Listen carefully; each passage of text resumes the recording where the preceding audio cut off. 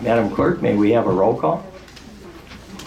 Chairman Shokol, Here? Vice Chair Chun, Here. Director Alvarado, Here. Director Bates, here, Director Carew, Here. Director Everett, Director Hack, Director Hill, Director Martinez, Director Ming, Director Monahan, Here. Director Reardon, Director Shea, Yes. Director Spitzer, Lisa Ramsey. You have a quorum. Thank you, Madam Clerk. That'll take us to public comments. At this time, members of the public may address the Board of Directors regarding any items within the subject matter jurisdiction of the Board, but no action may be taken on off-agenda items unless authorized by law. Madam Clerk, do we have any requests to speak from the public? No, we don't. Thank you very much. We'll move to the consent calendar. All matters listed under the consent calendar considered routine will be enacted by one vote. There will be no discussion of these items unless board members request specific items be removed from the consent calendar for separate action. Are there any requests for items to be pulled from the calendar? Director Spitzer. I have a question of council on 3, and so I'll pull that, and item 4 I'd like to discuss. Okay, we'll pull items 3 and 4 at Director Spitzer's request. Do I have a motion for the balance of the... So moved. Second. Okay, it's been moved and seconded. All in favor? Aye. Aye. All opposed? The consent calendar passes. Item number 3, do we get a, or why don't we just start with your question, Director Spitzer? Thank you very Go much. from there. You got it. Thank you, Mr. Chairman. This is a receive and file, but there's a whole list of vendors on the procurement report. So I'm overly cautious about things like this. I think we all should be. So for when it's a receive and file, we are receiving and voting to receive and file, although, you know, under the Levine Act, it's not necessarily affirmative act in terms of an approval of a contract. So the question, Mr. Joseph, is if there's a vendor on there, should we just delineate the vendor? We have a Levine Act potential problem and then just recuse ourselves on that one vendor? How do you think I should proceed on this? Well, as you point out, Director Spitzer, the board is not taking action on any of these contracts, and therefore the Levine Act really wouldn't come into play. So that certainly can be done at your option, but it is not legally required. Okay, so I'll move the recommended, well, I shouldn't move it. I just want to, I will support it, the receive and file, but I'm always worried about this, so I'm just going to not participate in the ware disposal item, because I have a Levine Act issue with ware disposal. All right. I'll move it, Mr. Chair. Second. Okay, it's been moved and seconded. All in favor? Aye. All opposed? And noting Director Spitzer's remarks on that item. Item number 4, do we need a staff report on that, Director Spitzer? I don't think so. It's probably some directors might be able to answer this because they're integrally involved in this, like Director Bates, for example. My question is this on polling. It's 30,000 for our agency. I think it's 70-ish for Foothill Eastern. It's about 100 grand. And the question is, why do we need to poll to find out how people feel about our open space dedications? Like, who is against giving open space? So I don't need to know, what do I need to know from the public? What are they going to say? Oh, you know what? Develop every single piece of that. We're so adverse to open space. We want to see homes and shopping centers on every single square. It's like, what's the goal here? Why do we need to poll the Inland Empire and all these potential areas about our open space plan? Like, I get it. I can tell you what the results are going to be. I don't need a poll.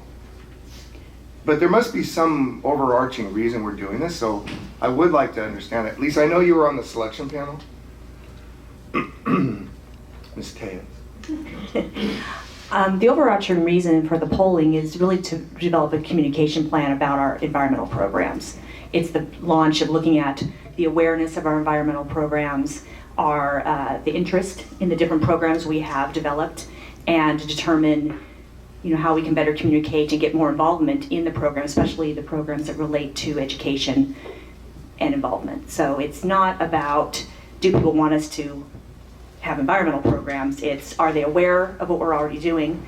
Which ones are of most interest to the public?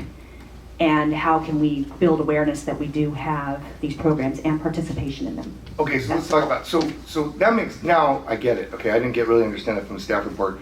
So when we have, I think, for example, last week in OCP, it wasn't Ferber Ranch, they did some. Tours, the public tours, right? They did public tours, I think, at the Ferber.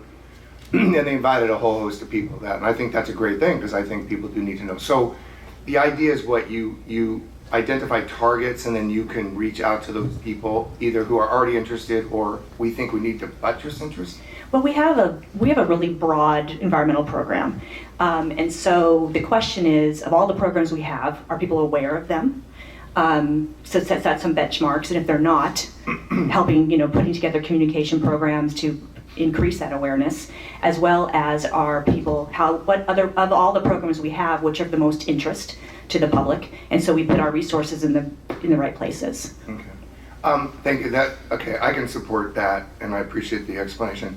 Mr. Chairman, yesterday at OCTA, and Director Bates was present. She's a leader. She's the chair of the committee that's overseeing the OCTA program in terms of open space dedication. But we have multiple open space dedication mitigation programs in this county. And the Irvine Company just announced this week, and the Board of Supervisors is going to close session about this issue on Tuesday, about another several thousand acres of dedication potentially by the Irvine Company. And so to me, I just want to make sure that we're not all working in our own silos. I know we're not, but we're going to have to think about management and stewardship and endowments to cover the cost of this. And I hope there's a continuing effort to make sure we're doing this collectively as a county, so we don't create all these different systems of open space management. So at some point, if Ms. Tejas or whoever the point person is on this, if we could just get some kind of transmission to the board about this program and the long-term thought and how we plan to kind of bring everybody together over time, so that we have an understanding of what the economies will scale, especially if the Board of Supes votes next week to accept those additional several thousand acres, which is, it's all in the 3rd district. So it's all along the toll road, all the way out to Anaheim Hills. It's all that space that we thought was going to be development along the toll road corridor, and it may not be. This is really going to intensify this discussion of land management for the county. So I just want to make sure we're working together on this. All right. Mr. Chairman? Yes. I just want to add, we do have a fairly new committee, our environmental ad hoc committee, and I found it so inspiring and interesting that, in fact, there's so much we do as an agency that I didn't even know as a board member. And so I think this is what we're trying to do. Instead of always looking at the negativity that seems to come out, it's very important that we let the community know what we're doing as an agency, the monies we're putting into environmental enhancement and protecting, wildlife and everything we're doing. And this is just part of that small component.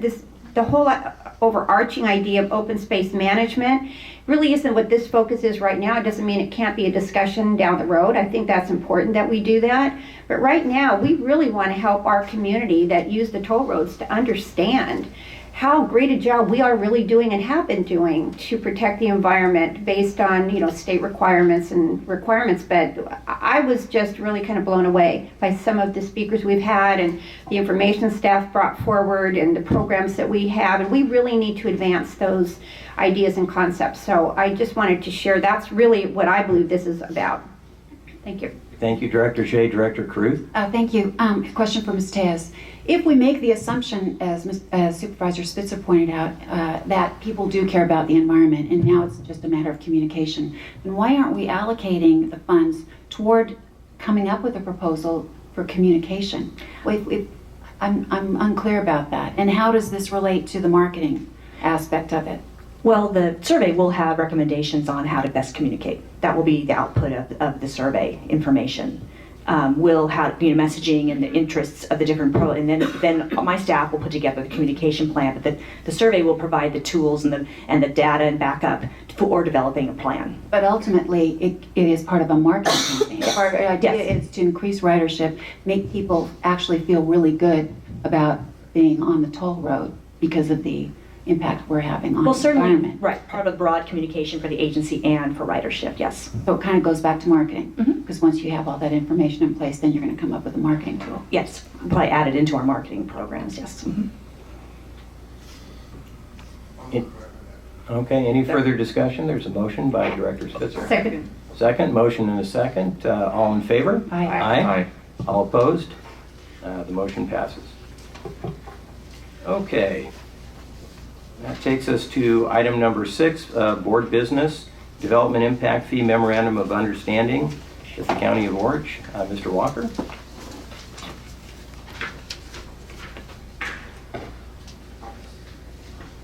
My little part of the world down there. Good morning. I'm Greg Walker. I'm Manager of Internal Audit, and I also administer the Development Impact Fee Program. And I'll be speaking today about the proposed Dana Point Harbor MOU, Memorandum of Understanding for payment of development impact fees. Thank you. The county, through the Orange County Dana Point Harbor Department, is preparing plans for a harbor revitalization commercial core project at the Orange County owned and operated Dana Point Harbor. Approximately 97,000 square feet of existing restaurant, retail, and commercial space exists, and about 110,000 square feet of new buildings will be constructed to replace many of those existing buildings. After the construction is complete, tenants will be moved over to the new buildings, and they'll obtain tenant improvement permits to prepare their new spaces for use. And then after that transition, majority of the existing square footage will be demolished. This shows the current picture of the area of interest for the revitalization program and the existing buildings that are there right now. And then this next slide shows an overlay of what the new project will look like at the harbor once the existing buildings the new buildings are built and the existing buildings are demolished. This next slide is a review of some of the key components of the Development Impact Program that are applicable to this project. Typically, government buildings that are developed new are not subject to fees under our program, but there is an exception where if a portion or all of the square footage is leased out or generates revenue, then the fees are due on that applicable square footage. Under the fee program, fees are due and payable at the time of permitting, and a credit is given if there's an existing building that's demolished towards the fees due for the new construction. And typically you'll have existing building demolished and then a new building constructed, and when the permit for that new building is applied for, that demolition credit's applied and the fees are reduced accordingly. For this project, it's a little unique where the new buildings will be permitted and then constructed. The existing tenants will be moved over to those new buildings, and then after that move-in, the existing buildings will be demolished. So we won't actually have a set demolition square footage number at the time the new buildings are permitted. So the next slide. This is the right one. In the proposed MOU, the development fees will be deferred at the time the harbor obtains building permits for the new construction, and the fees will be paid downstream when the new tenants move in and apply for their tenant improvement permits. And net fees will be calculated based on the square footage between the new construction and the credit for the demolition based on the plan that the harbor has. Fees will be due for the common tenant areas also, and that will be paid as a pro rata share of the square footage that each tenant occupies, as well as the demolition credit that's applied for each tenant will be on a pro rata share based on their square footage versus the overall square footage. And in order to communicate what's going on in the MOU, 6 months prior to issuance of any new construction permits, the harbor would agree to advise the existing and any prospective tenants of what their costs would be for TCA development fees as well as any other fees prior to moving into their new building, with that pro rata share of the fees applied. Each tenant will be responsible for paying their assigned development fees for the newly constructed space. The rates paid will be the rates in effect at the time they apply for their tenant improvement permits. That helps offset a little bit of the deferment time frame. Each year our fees are increased by a set percentage.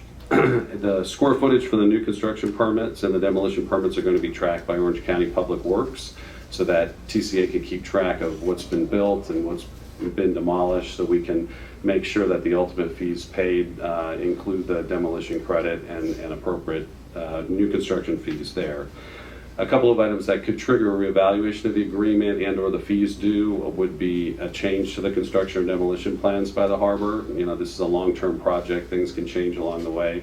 And then, of course, if there's any changes in use to the newly constructed buildings, for example, an existing building that was going to be retail, commercial space is now going to be purely government administrative offices, then that space would not be subject to our fees.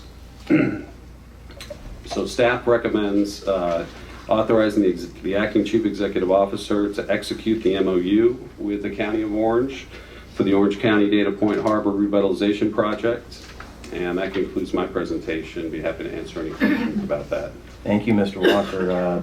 Any questions of staff? Director Reardon. Yes, hi Greg. Would this come back to us if those last two things apply, if there's some changes in the agreement? You know, I think that would depend on the range of the agreement. It would depend, I mean, the whole idea of this agreement is to have this advanced communication with the harbor so both sides understand and the tenants understand what their obligations are with respect to our fees. If there were changes downstream, I think it would depend on the magnitude of those changes, whether or not we would actually have to come before the board to renew the agreement. And I just want to say I read it, appreciate whoever negotiated this. I think it's in the best interest of Dana Point Harbor, the residents, the tenants, the businesses. I mean, I think that we're taking a little bit of hit on the time frame, but I think that's okay because we're being supportive. So thank you. You're welcome. Director Alvarado. What safeguards do you have in place, or what are you anticipating on how to prevent a situation like we had with the airport, where the tenants were hit with common area maintenance fees that seemed to be non-proportional to their area that they were leasing? Well, that became a big issue with the airport, you may recall. Absolutely, yeah. I had come on board like right when that was sort of coming to a head. And the whole point of this agreement is to try and get that communication up front to the tenants so they understand what their obligations would be with respect to those fees. Part of the issue, I think, with the airport perhaps stemmed from, the tenants perhaps not knowing, in advance before they had made commitments for their space. And that's part of the clauses in the agreement, is to ensure that communication occurs, as mentioned, 6 months before any new building permits are occurred.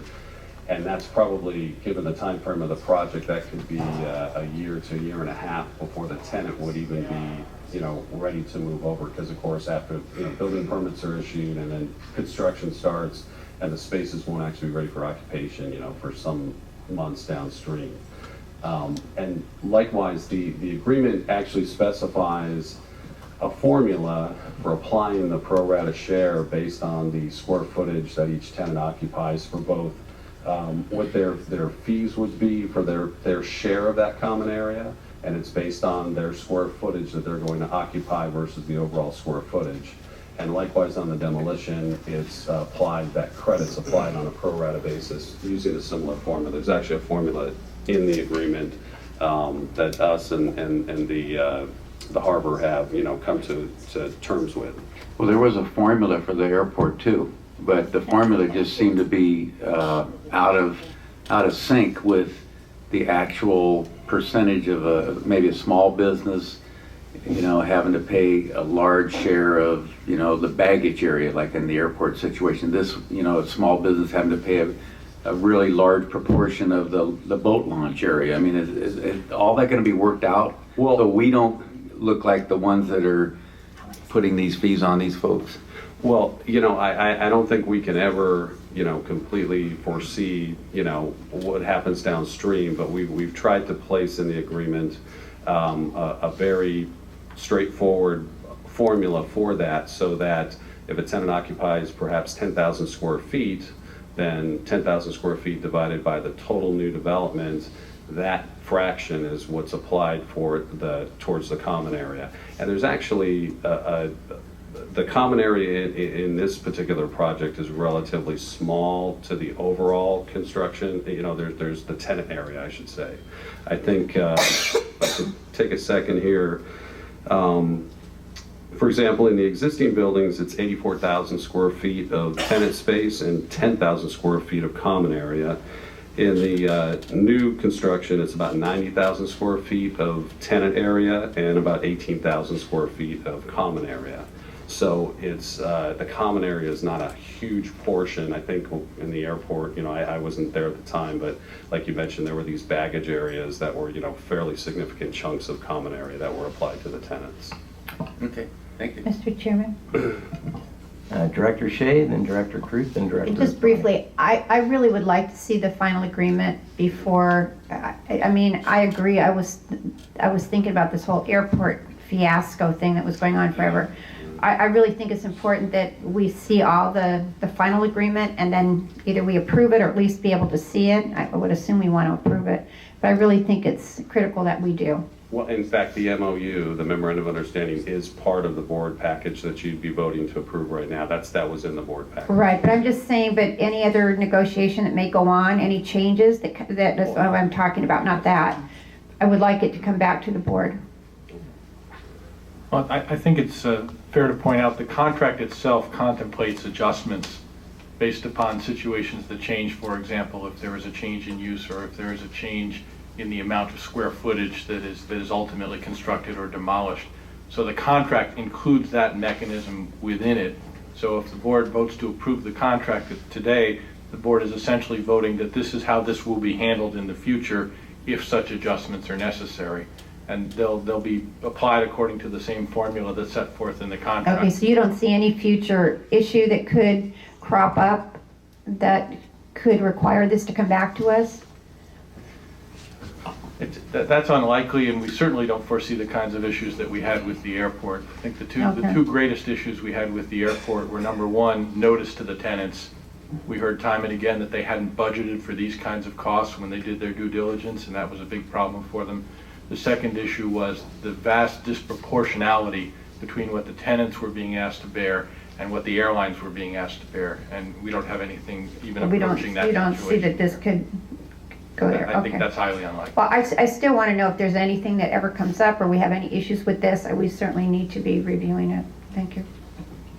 Thank you, Director Shea. Director Kruth? Thank you, just a clarification. So there's flexibility in this MOU to the point where a type of business will also change rates because Not- their use of the common area. will be Not off. so much a type of business, the retail, whether it's retail, commercial, or restaurant space, under our fee program, because that is revenue generating, leased out space in a government facility, that would all still be subject to our fees. So it really would be more of a situation where the harbor decides that instead of using this 10,000 square feet for restaurant, retail, or commercial, they're going to use it for pure government administrative uses, and then that portion would not be subject to the fees, and we would recalculate the formula accordingly, because now the total square footage subject to fees would be less than what it was before. Because the type of use alters the use of the common areas, which is what, Not so much the use of the common areas, it's more the overall fee impact, the fee responsibility for our program. Because if a portion of the buildings are purely for government administrative use, they're not subject to fees. So that would come completely out of any fee obligation with respect to that. If the common area increased, the formulas that are in the agreement would take that into consideration. So tenants would only be, responsible for their portion, or their pro rata portion based on those amounts. I understand. Thank you. Director Monahan, Director Ming, and then Director Bates. Thank you, Mr. Chair. So, following up on that, if I understand, regardless of what the use is, if it's not governmental, then it's going to be based directly on square footage. Yes, the fees, that we call it non-residential, that category under our fee program, and it's based on square footage, and there's a set dollar per square foot rate. And then two other quick questions. Are the fees paid directly to the board, or not to the board, but to the TCA, or are they paid to the harbor and then they port it over? Well, typically with the county, which these permits would be permitted under, the fees are paid to the county, and then the county provides those remittances to TCA on a quarterly basis. Okay, and then the last question, when are the fees actually due? Are they due when they go in for their permit, or are they due for occupancy? They are due when they go in to obtain their tenant improvement permit, which is consistent with our development fee program for when a new building is constructed, before you can get your permit, the fees are due at that point. Okay, thank you. Director Ming? Thank you very much, Mr. Chair. A couple of questions about the existing tenants. Are the existing tenants paying these fees already, or is this a completely new fee for them? No, our development fee, as far as I know, there's no fee that they're paying with relation to TCA.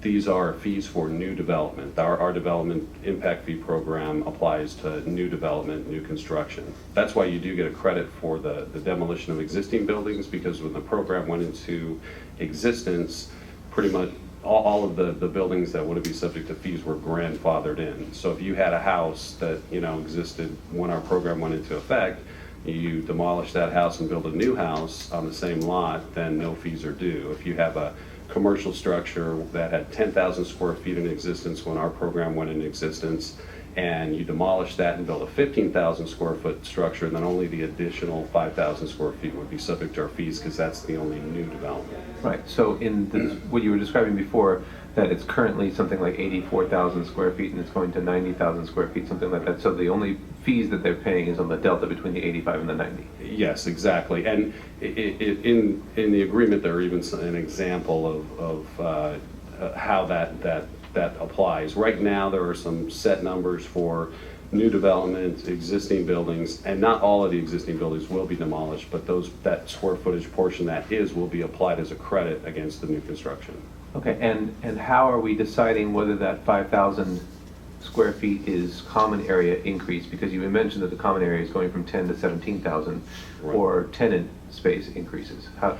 Well, that isn't something necessarily that TCA decides. I mean, that really depends on the development plans of the harbor. Okay, and if the increase is allocated to the common areas, then it's the county that ends up paying? And if the increase is allocated to the tenants, then it gets passed through into leases. Is that correct? Actually, no, under the current formula, whatever the common area amount is pro rata shared amongst all the tenants, because they're all gaining benefit from that common area that was built for them by the county. Okay. Okay, so I'm also very interested in seeing what the actual, I mean, I'd love to see an example of a typical tenant today versus a typical tenant tomorrow who leases the same amount of space they have today in the new world tomorrow. What does this mean to them? And I don't know what this actually means, because that's the level of discomfort you're going to get when this all comes down. And so I think if we put ourselves into the seat of the tenant, we'll understand how much grief we're going to get. And I'd like to understand that. So, Okay, we'll see if that's something we can provide. okay, thanks. Okay, Director Bates and then Director Reardon.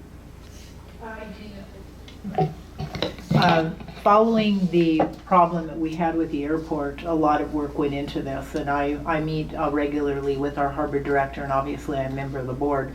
So it is certainly a step in the right direction. I think that there are issues here that will kind of work themselves out as the harbor revitalization goes forward. Clearly, the common area was an issue with the airport, and I believe going forward it's going to have to be something that's discussed in more depth.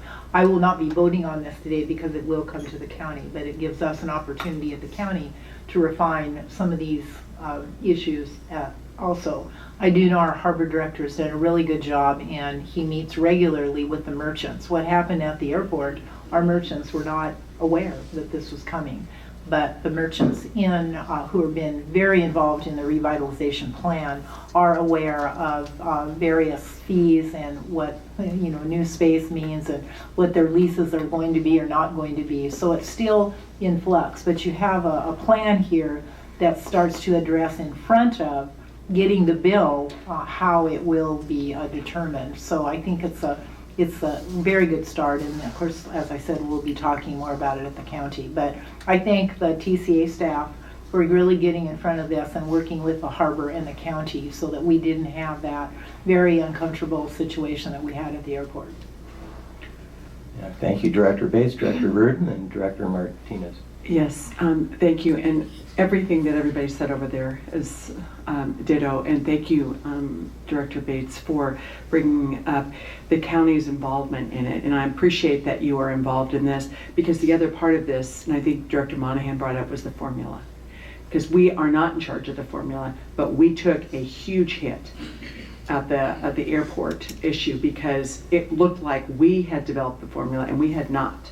So I think that is, Director Bates identified a very sensitive area. We all have some scars and wounds and there's sensitive areas here, so we want to make sure that is taken care of. And I think what Director Ming asked is a good question. Could we have an example of, take one of the merchants there, and if this happened, making some assumptions, if this happened, what would happen? Because we don't want to make any mistakes on this at all, and we don't want somebody else making up a formula that we have no control over. And I'm assuming because Director Bates is involved in the process that won't happen. Okay, thank you. Director Hill.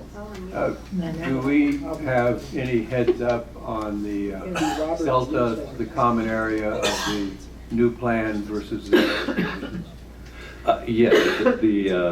as the numbers stand right now, under the plans that the Harbor shared with us, the existing tenant space is about 84,000 square feet with a common area of about 10,000 square feet. And the planned new construction is about 90,000 square feet of tenant space with about 18,000 common area. And so it's my understanding, then further in Director Ming's direction, that if a existing tenant is not changing its square footage, the only adjustment it might incur would be the change in the allocation of the common area. That's perhaps true, yes. We have run some examples with, making some assumptions, not with necessarily actual tenant spaces as they exist today, but was, assuming, okay, this tenant has 10,000 square feet, this is 15,000 square feet. What's the pro rata share of the common area? What's the pro rata share of the demolition credit?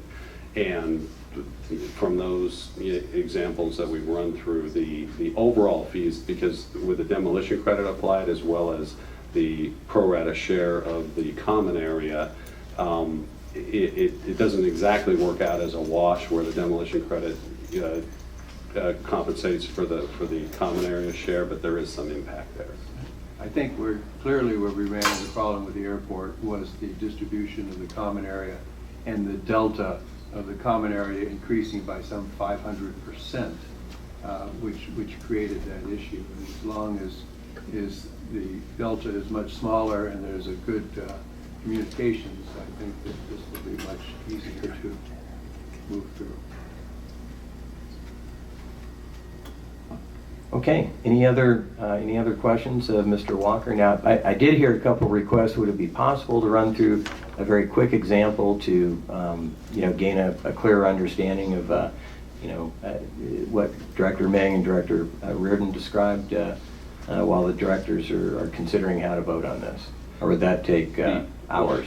I could talk through, like I said, we have run some examples. I could talk through one of those examples. If you could do a hypothetical example, that would be helpful, and then we can bring it hopefully back for an action. Okay. Well, for example, if this example doesn't include an assumption of what their current space is necessarily, but it kind of assumed a similar size space. A tenant, for example, would have in the new buildings have 10,000 square feet. Their pro rata share of the common area would be around 2,000 square feet, but their pro rata share of the demolition credit would be around 7,000 square feet, so their net chargeable space would be 5,000 square feet. So actually less than if they were just paying straight up for their tenant space someplace else. If they were to build their structure somewhere else, the entire structure, and if they didn't have any demolition credit, their entire structure would be subject to the fees. So, like I said, there is some impact with the demolition credit that's applied towards the other impact that the common area has. And the goal, as I understand it, and correct me if I'm wrong, is to fairly apply the DIF only to new development and only allocate the cost to new development, and hence the role of the development credit.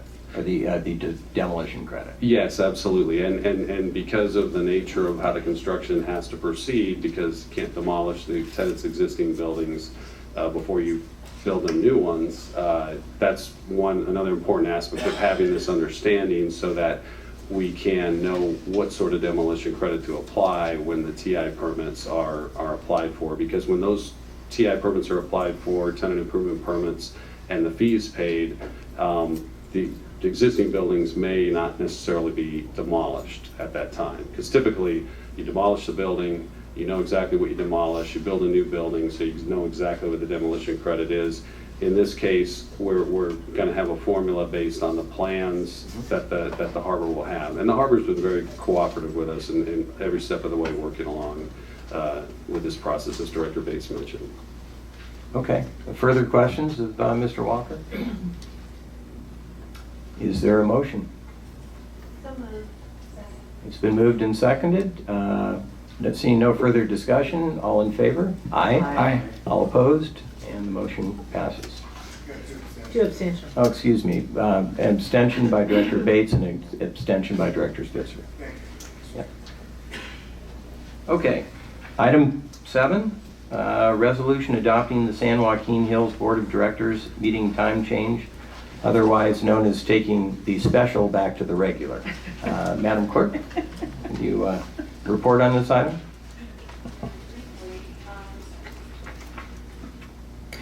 The joint exercise of power agreements require the resolution be adopted to change the time of your regular scheduled meetings. This resolution will also eliminate the biannual alternating starting times. Staff recommends adopting resolution number 2014-S-04, amending the regular meetings of the San Joaquin Hills Transportation Corridor Agency to be held on the second Thursday of each month of each calendar year at 9 a.m. here at our TCA offices. Any questions? Any questions of staff? Yeah, quick question. What's the Foothills? 10:30. 10:30, the same second. Move the item. Second. Okay. It's been moved and seconded. Director Shea? And just a quick question. Again, I'll support this, but I've always been of the mind, if we knew something was going to be on the agenda that's like our agenda is very long today, why can't we just simply change the date, the time ahead of time? Why I don't understand why we wouldn't do that. That would require, we have that ability, but then it becomes a special board meeting, and for most of our meetings, it's better that they be regular meetings and not all the meetings. Oh, okay, so when we see a larger agenda coming up, okay, so that's what would preclude us There's from, not an item on the agenda that requires it to be conducted at a regular board meeting. We have that ability to adjust the time. so we would still do that anyways. If by 10:30 we couldn't start Foothill, we'd still have to post it later if we knew it was going to be longer anyway, right? Correct. Okay, thank you. Because I was busy, can I get the maker of that motion in the second? Thank you.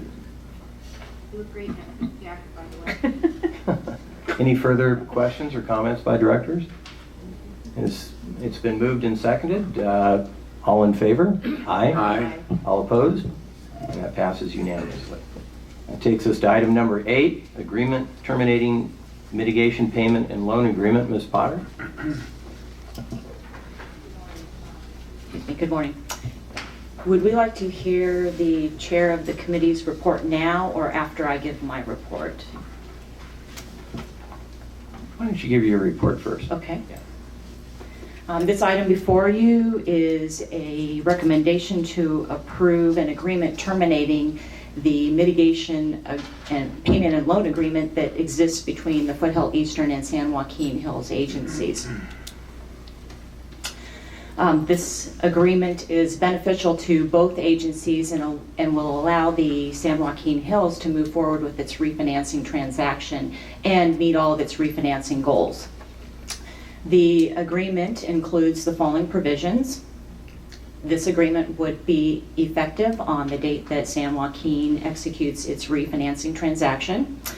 If the refinancing transaction does not close by July 1st, 2015, the existing mitigation payment and loan agreement would exist and not be terminated.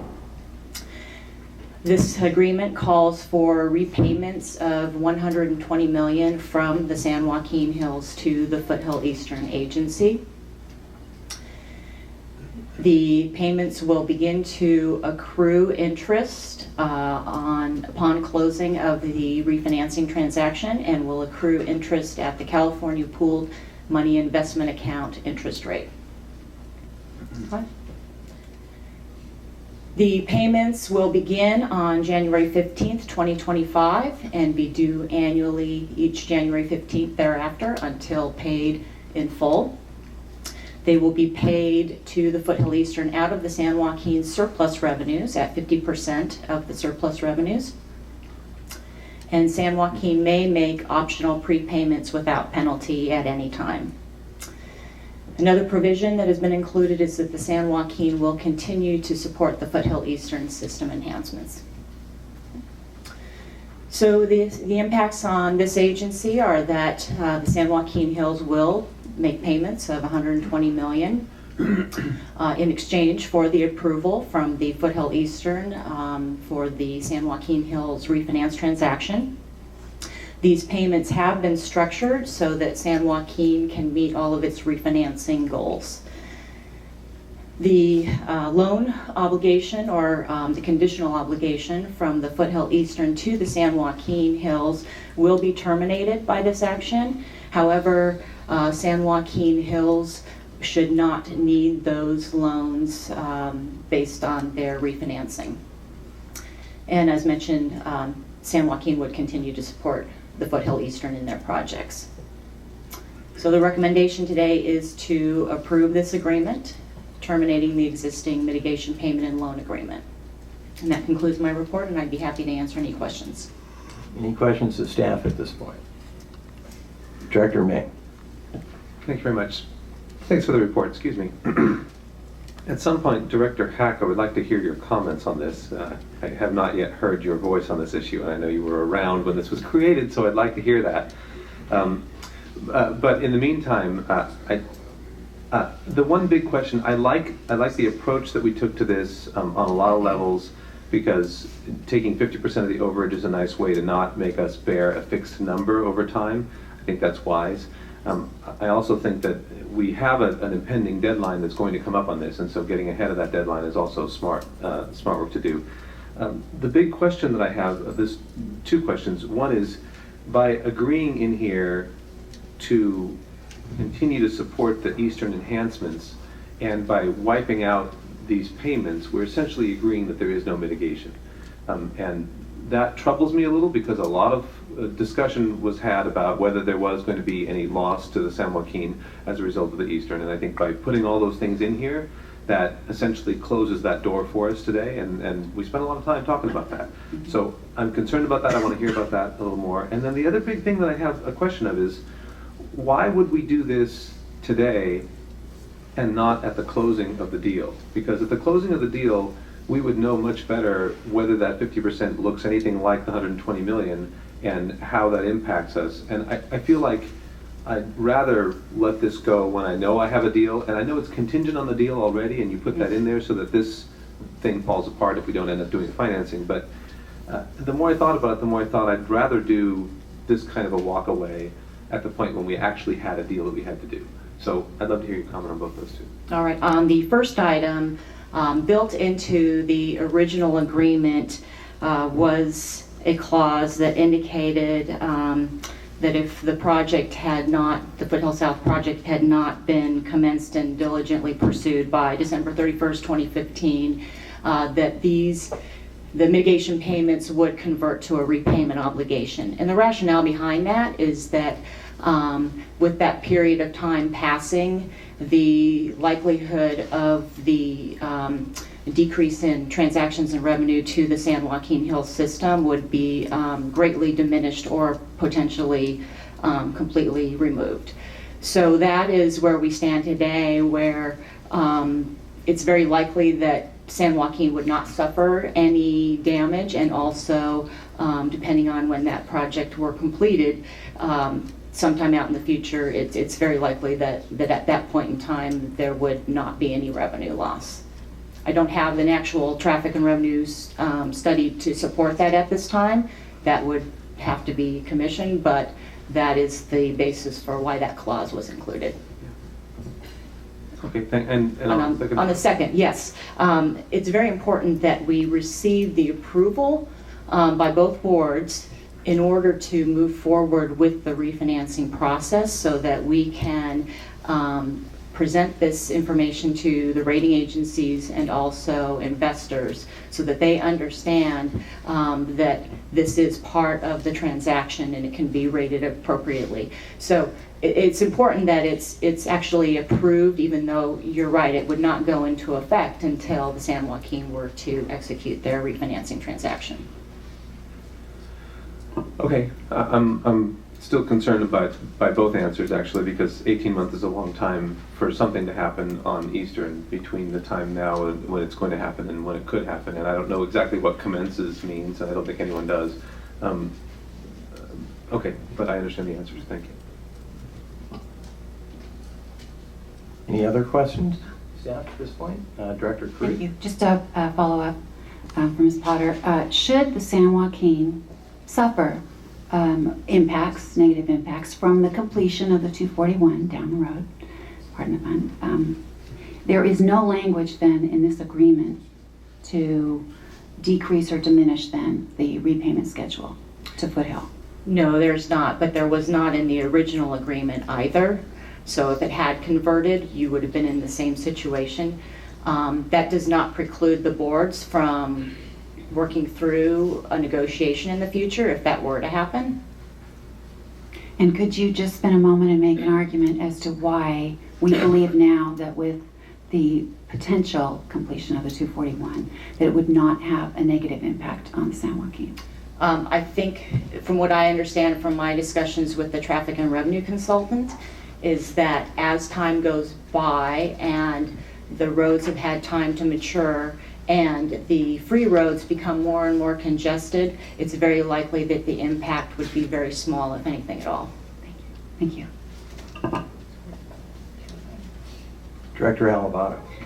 It seems like that 2015 date was arrived at by a lot of deliberation. Can you tell me how far back that deliberation was going on to between the boards in order to allow the San Joaquin to catch up, so to speak? When was this 2015 date arrived at? The original mitigation payment and loan agreement was entered into in 2005, so it was around that time frame prior to that these determinations were made.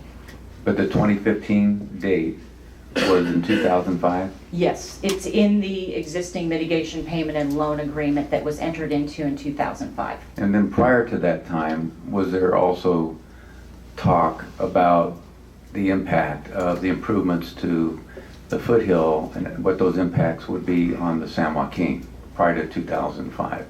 It was during, I believe it was based on a study that was done in 2003 that the information was derived from. I don't know if the numbers are actually in that study, but that's what they used as their basis.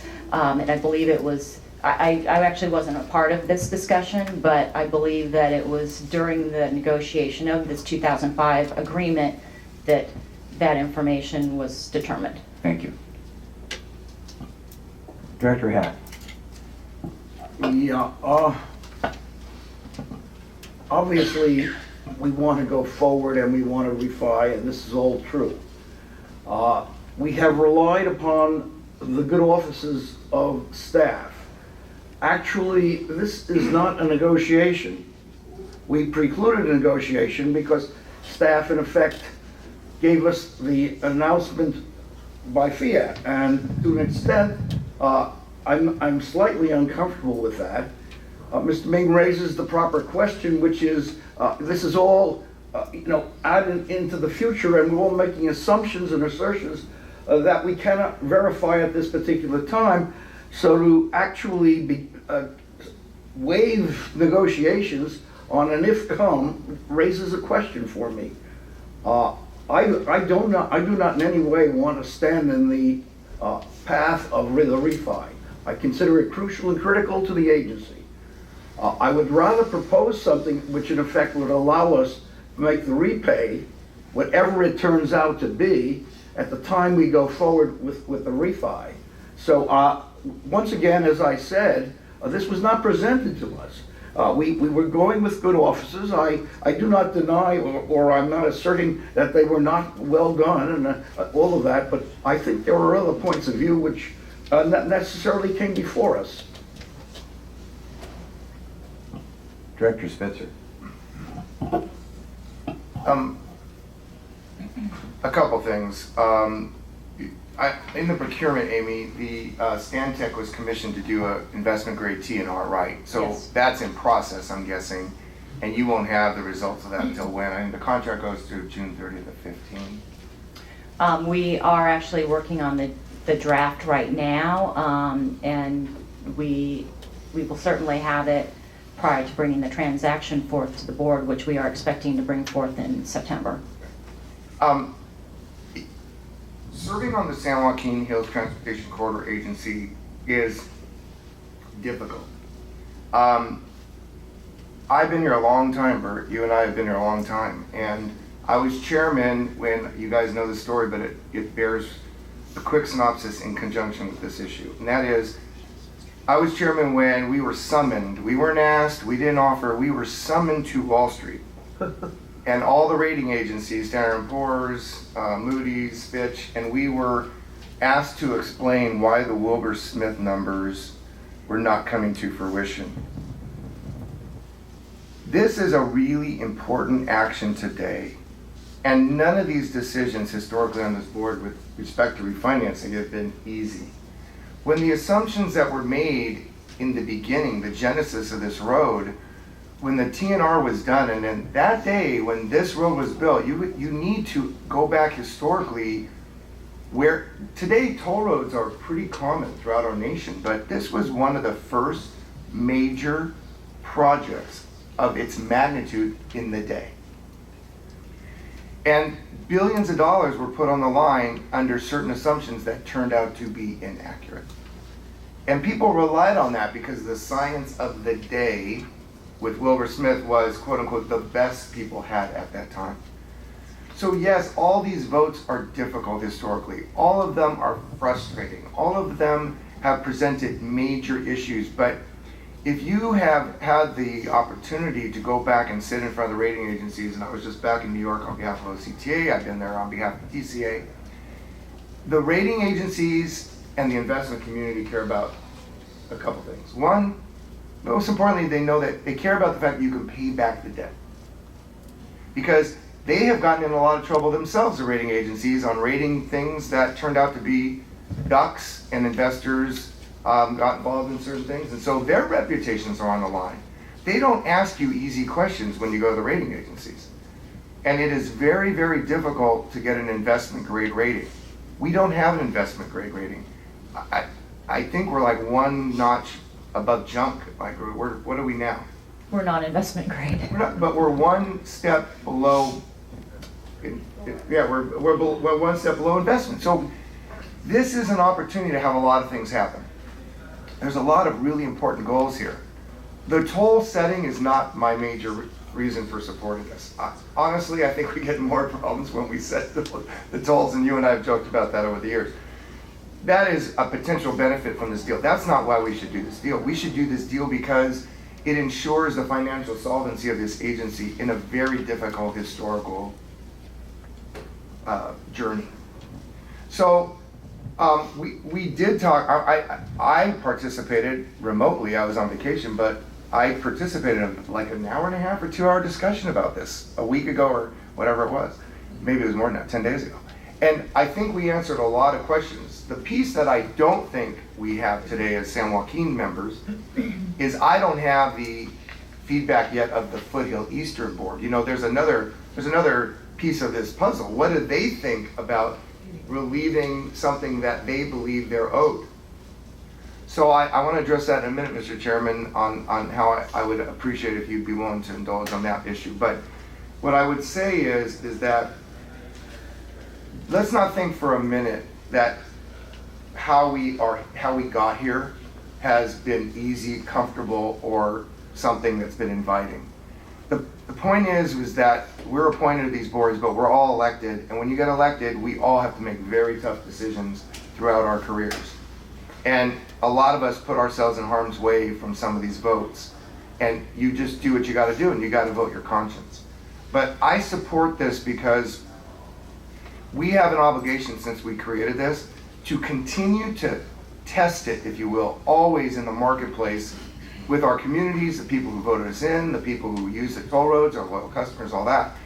We have to be able to explain to them what we're doing. But if we are not good stewards, and that's the second thing that Wall Street cares about, that the board has the intestinal fortitude to have a toll policy that is responsible for paying back the debt. And if they don't see a board that's unified and understands these dilemmas but is willing to step up and make these tough decisions, they won't lend us the money and they won't give us a good rating. Most of these, when you read these rating reports, and I read them all, they spend a lot of time talking about the board of directors and how the board is looking at its financial stewardship. So I would just ask you in this context, I think it's important at times we take off our elected official hat and put on a business hat, like we're running a business, and those are not necessarily congruous. Politically, we would like to make decisions that are different than if we were running a business. In this case, we are absolutely running a business that's had a very, very rocky history. And so, as difficult as this is, and there was a day when Bill Campbell, I think Bert, you and a lot of others negotiated that relationship, this deal we're talking about, relieving ourselves today, or extending it, or rephrasing the terms. The point is that we are trying to build a system, and if we jeopardize building a system by failure to take this action today, then we are really putting the completion of the system in peril. And that is not, for some of us as directors here, that's not what our fiduciary obligation. Our fiduciary obligation in this role is to this road, not to the Foothill Eastern. But I think we all understand what it means to complete the system. So what I would ask, Mr. Chair, is for purposes of those of us who sit on both boards, but I'll only speak for me, I have not had the benefit of hearing from the other board. I'm just simply asking on this matter only that you hold the role open. Like right now, I'm not comfortable. I've told you I support the deal, but I haven't heard from any of my colleagues, privately or publicly, about their feeling from the Foothill Eastern perspective. I would like to at least hear that before I personally cast my vote. So on this, I would just ask that you allow for this one item, the roll, to stay open, even if you adjourn, so that I can hear that discussion and then I can cast my vote once I have that input. I have no idea how the directors of the Foothill Eastern, except there was an ad hoc committee. So that's what we want to, probably could share some thoughts in regard to that. Yeah, I've heard what's been shared with me through staff is the ad hoc has been supportive, so that's a good idea. But I think that's 2 or maybe 3 directors.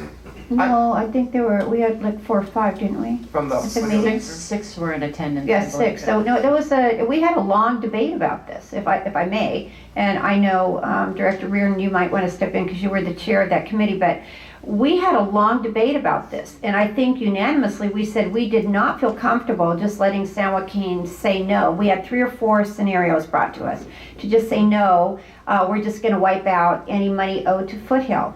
So we did work under a lot of duress at the time. It was a very difficult meeting. And we finally came to a point with the support of Sean Nelson, our director, to come up with this concept of how it's laid out now, how that it's going to be paid back over a certain amount of time. After we get into this profitability, there's extra revenue, and only at that point, but that we didn't wipe out the debt. So it was pretty simply finally brought to this conclusion, but this is the conclusion that this ad hoc committee approved. So, and if I'm misspeaking, please let me know, but I would like to turn over to our Director Reardon, because you were chairing the meeting and I would think that you would be in agreement with what we concluded. Yes, thank you. It was a very difficult meeting. Our bank guys, our finance guys sitting out there, our money guys, Mr. Rich and others could attest to. They probably have a few bruises from that meeting. Director Nelson was very clear about his concerns and did not want to just let go of the loan and wipe it off the books. Quite honestly, the way that it came out is that, and I think I said this, it's kind of like we're all one family. Yeah. We just have 2 sides of one family, and we've got to understand, I think, that Director Spitzer put it very eloquently about what the rating agencies look for, and our financial people represented that very well, and that is we have to speak with one voice. They have to know, the rating agencies have to know that we are together on this. San Joaquin needs to refinance. We need that, and we need an investment grade rating. That is going to help us, it's going to save us a lot of money, and it's going to take the pressure off of us. By the same token, Foothill Eastern said, and Director Nelson was very clear, at the end of the day, he said, we need to be paid back, but we'll let San Joaquin set the terms. And who was it said, I'd rather, if I have to choose between having the money and having the terms, I'd rather be able to choose the terms. And that's why we let San Joaquin choose the terms, basically. And it was staff that took that, all of that, and came up with this. And I actually commended staff for taking some very, very difficult stuff that was said on both sides and taking it and bringing this together with this agreement and presenting it to both boards. So, Mike, you look like you're going to say something. No? I mean, I'll answer any questions. Oh, excuse me, but I did want to say I sat through both years. I sat through San Joaquin's ad hoc, which was first, and I found out that Bert likes to play poker. And when he can't play poker, he still wants to play poker. So we knew in the Foothill Eastern financial ad hoc that Bert would have some serious questions and concerns because he wasn't allowed to play poker. I don't get that much, but well. Thank you, Director Reardon. I'm considering Director Spitzer's request, and I'm trying to figure out what that means procedurally. Procedurally, would that mean this meeting would adjourn with the roll open until the discussion was held at the Foothill Eastern meeting, and then it strikes me Foothill Eastern would then have to decide on an action that could be contingent upon what this board did with an open roll later on.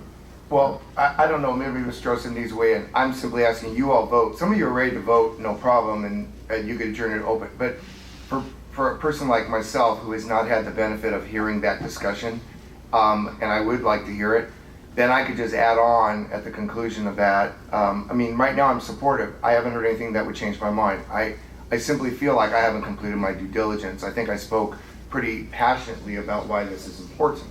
But again, if something came to my attention. So what I would ask Mr. Joseph, if the board members who are present could vote, he could adjourn, leave it open just for an individual like myself or any others, I'm not sure if anybody even is interested like myself, that I could just add on at the conclusion of, it would still be passed, I just want to add on, or not, or whatever. You know, my concern would be that the vote would have to be cast publicly under the Brown Act, and so I think that the way that would have to work is to adjourn this meeting, conduct the Foothill Eastern meeting, and then bring back the board for the. Well, they're not going to wait.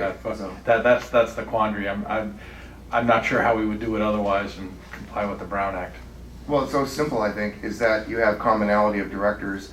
You would adjourn, you'd vote, you record that roll, and then he could designate, or the board could designate one of the common directors on both boards to just reconvene, okay, because the quorum's already been established, and then you could just simply add on. I don't think it's all that complicated, but just do what you got to do. If you got to vote, then I'll just abstain. I don't think it's going to make a difference. Just point of order, I believe you're proposing a system that we do use in the legislature where you can hold the roll open for those who weren't there or those who have to get additional information before they can take a vote, but it is an established process.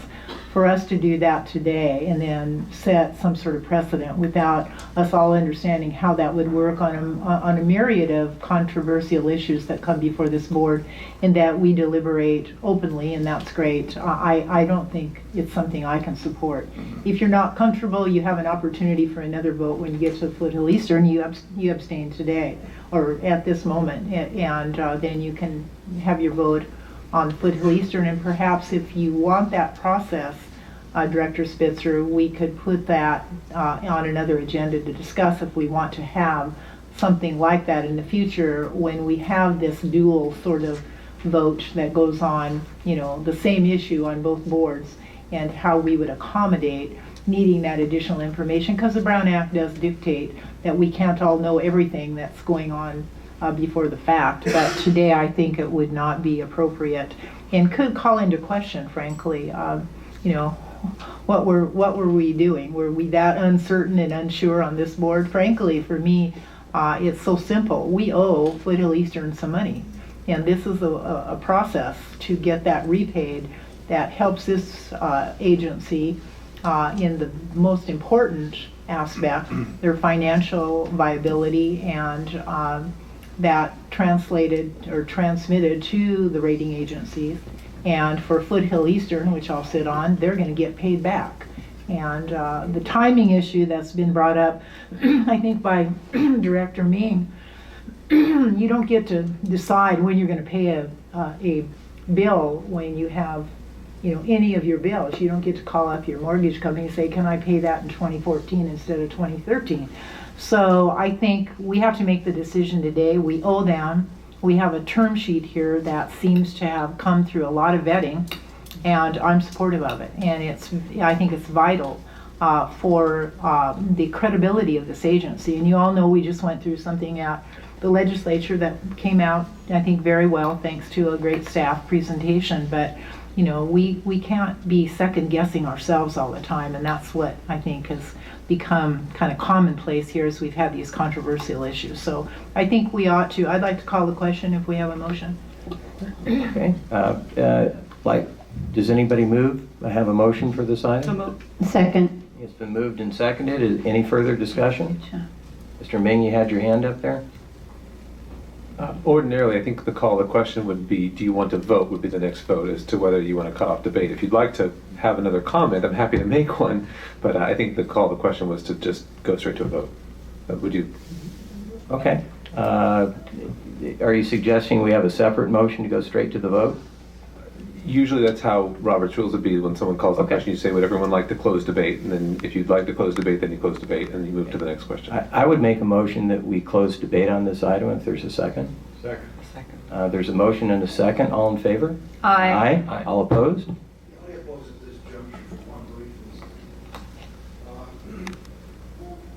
This thing, Director Spitzer put it in context. This is a long, hard fight. We've been doing this a long time.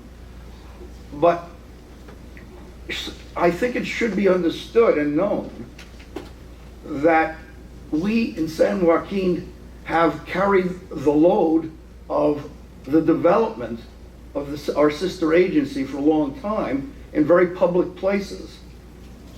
There are issues that are paramount for the financing of all transportation in Southern California. And that, of course, refers to an RTP that goes through SCAG and comes back to the federal government and the loans that are made. Some of us have been carrying that water and fighting for it for a long, long time. We do it on behalf of the joint entity. Nobody has supposedly said to us, you must do so. I take it as part of the agreement. It's a portion thereof at this particular moment. These things are things that we do. We have supported each other. So this notion that we have to be there and say, you must do this and you must not do that, and you're getting a free ride, are probably overstatements. I don't want to in any sense jeopardize basically the refi. I think it's a necessary activity, and I am fully supportive.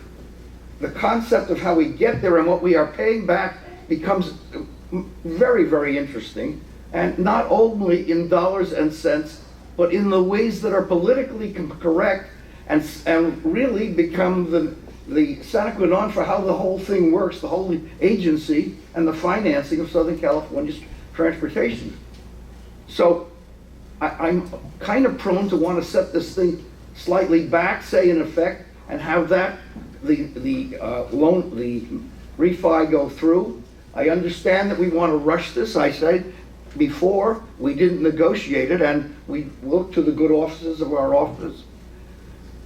Given my choice in the matter, I'd probably accept the refi, but the question still remains, there are many, many issues where if we don't pull this thing together, we're all in deep trouble, and I think that must be understood by our sister agency who has, I'm not sure, the grasp of all of the issues that are prevalent and playing out here. So at this juncture, if you want to call the question, you may. I'm supportive of the issue per se. I would rather it was restructured slightly, and that's where I would pause. Okay, Director Reardon, because recall that the motion on the table right now is whether to close debate or not. Right. There's been a motion and a second. And, Yeah. and you were halfway into that. We already voted. Well, you didn't take the no's, you took the yeses, but, and so. I don't think we voted on the motion to close debate yet. Maybe. I thought we did. Okay. It wasn't, yeah. I would like to comment, that's okay, you're.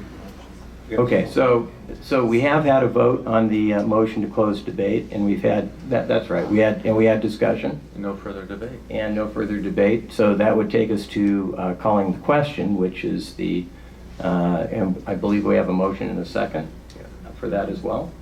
Do we need to repeat the motion? It's just Everybody's support staff. Yeah, everybody's clear. The motion is to accept the staff recommendation. All in favor? Aye. All opposed? Okay. Good. I think everybody's, oh, and Director Spitzer abstained. Okay. We will move on. Since we have a few items that are relevant to the subject matter, could we go a little out of order and ask Director Ming to report out from the Joint Toll Ops? You prepared to do that, Director Ming? I am, yes, thank you very much. I'd be happy to. The one caveat I'll make with the comment that I would have made a minute ago is that this simply puts more pressure on the deal, because the deal has to be good enough to include these payments and what's going on. If the deal isn't good enough, then we can't do this, because now this weight is sitting on top of the deal. And I think it's wise for us to approach the market the way you approach any other negotiation. This cannot be desperate. We do not have to do this. We're going to do this if it's a good deal, and the market has to deliver us a good deal. If the market doesn't deliver us a good deal, then I don't want to go forward with the deal. And I think that's the approach we should have, but we should get our investment grade rating, which is what this will help us do. So, anyway, that's Thank the you, comment. Director Ming. So. Thank you. And on to the report. Sorry about that. We did have a joint toll ops meeting on July 9th, and we covered a lot of things. As you know, joint toll ops is where we're focused on how this AET transition has gone. We continue to be very concerned with the ability to handle the call volume that's coming in, but staff has done a lot of things to try to improve that. We have brought on a number of, I think, 14 different full-time people, and we will continue. We have an additional 26 temporary employees that they're bringing on to try to handle the call volume and the email response volume. We are having success with the postponement of increasing the 48 hours to a 7-day turnaround for violation penalties. That is definitely being well received by people. There are some points of confusion that we are continuing to correct, both with website changes and with signage. Staff is now about to embark on temporary radio transmission devices that you can put on the roads that will allow people to get more explanation of what's going on than simply the signage. So you can tune your radio to whatever station and hear some detail. I think these are all good steps in the right direction to try to alleviate some of the confusion. To keep it in perspective, we still have something like, and staff can correct me, something like 95% of the people who get it, and there's just 5% of the people who don't, but those 5% are continually calling and having issues, and so they're working hard to try to resolve those. One of the big things I think that they're doing is, in the next few weeks, I believe it was the beginning of next month, we will have increased capacity in this location to take more calls, so we won't lose calls. They will end up being on hold for a lot longer than they are now, but at least we'll be able to take the calls and not drop them. So these are the kind of things that I think are good moves to try to be good customer service representatives, and I'm happy for them. But Joint Toll Ops will continue to monitor all those issues and keep working on the AET transition. That's all I have. Thank you very much for the report. Director Alvarado. Just a question for staff. Someone told me that, let's say you're from Nebraska, you're out here, you use the toll road, and then you go online, you're asked where you entered the toll road and where you exited.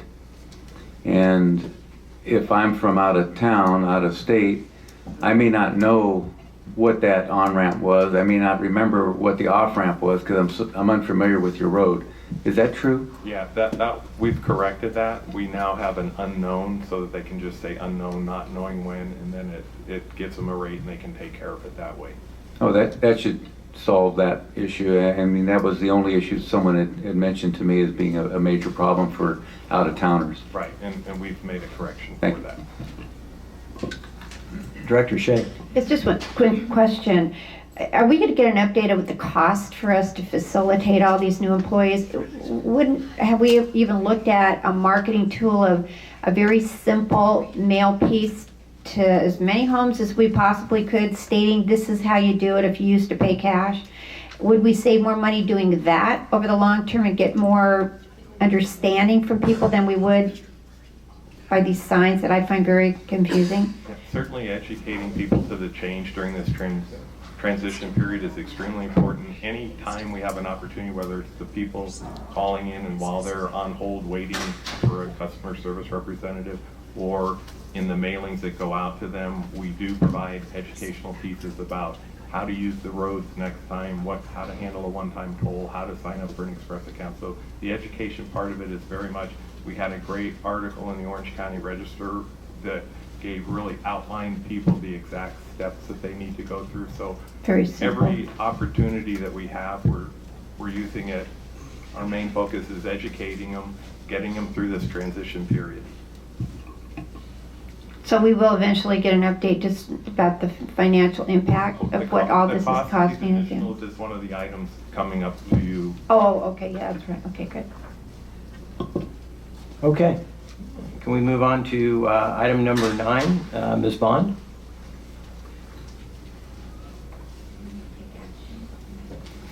So in the interest of time, I'm going to give the report myself here in brief terms for this item.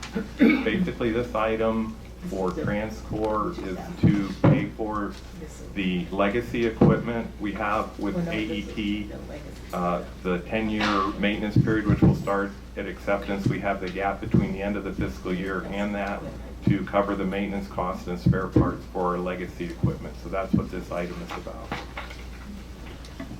Any questions of Mr. Kramer or Ms. Bond?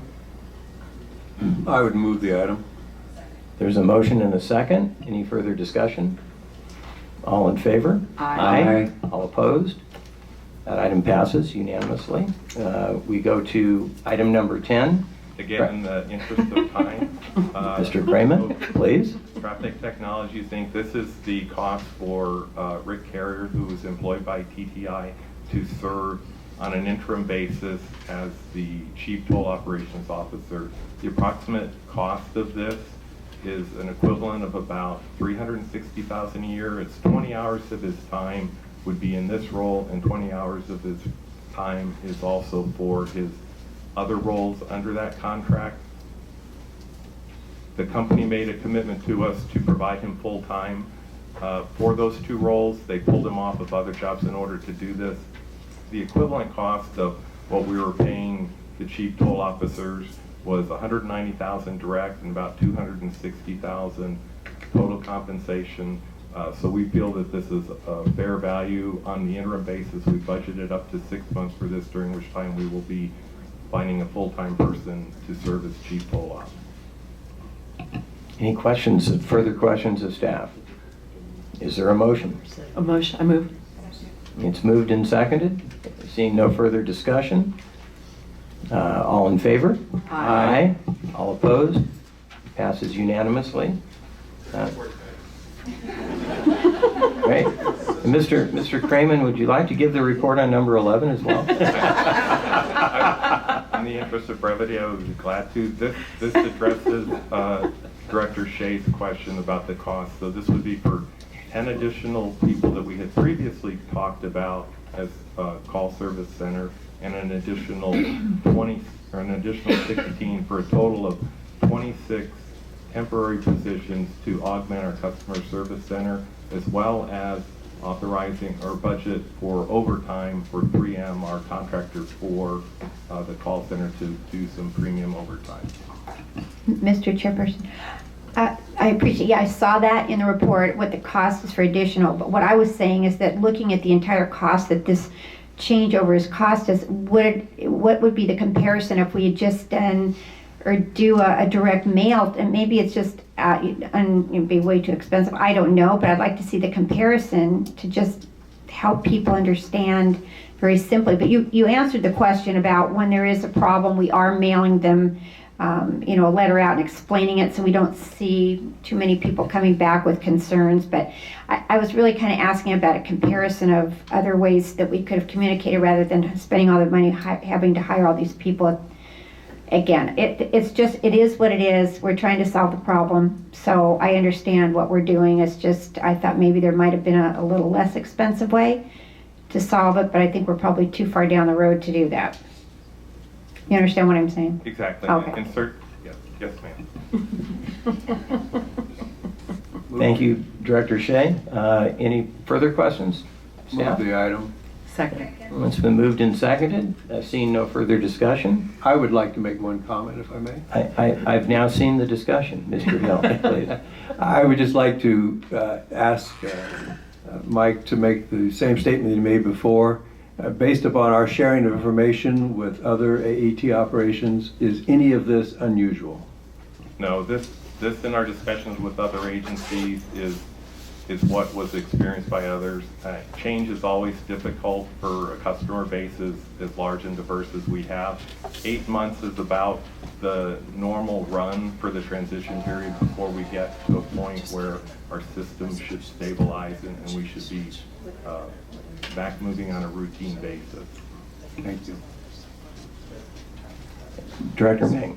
Just to my prior comment in the report, at this point, it is, in my mind, completely unacceptable that we would lose 10,000 calls a day, and so this has to happen, at least in my perspective, on a temporary basis. You staff up the employees you need to do the customer service you have to do, and then we can reevaluate at some other point, but we really, in my view, don't have any choice on this, so I appreciate that, and I'll be supporting the item. Yeah.